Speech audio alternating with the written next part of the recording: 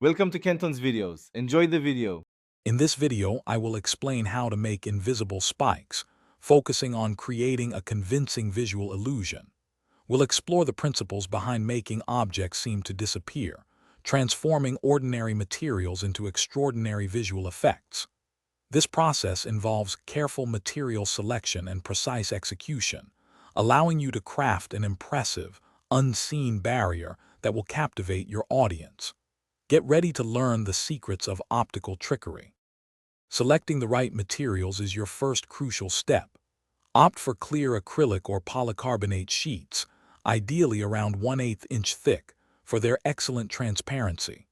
For suspension, a fine monofilament fishing line such as 20-pound test works wonders, becoming almost imperceptible.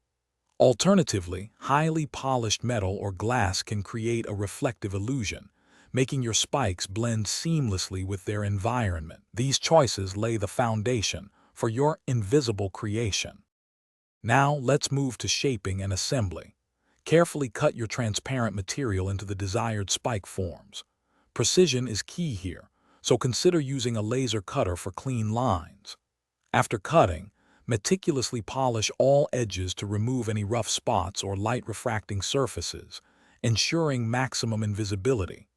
Finally, securely attach your finished spikes to a clear acrylic base or suspend them using your fine monofilament line, making sure connections are discreet.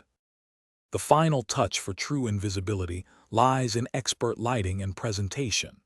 Strategic backlighting or edge lighting can dramatically enhance the transparent effect, making your spikes almost vanish.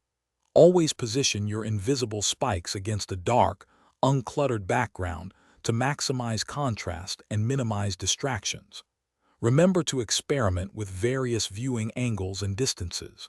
What looks invisible from one perspective might be visible from another. With these techniques, your invisible spikes will truly amaze.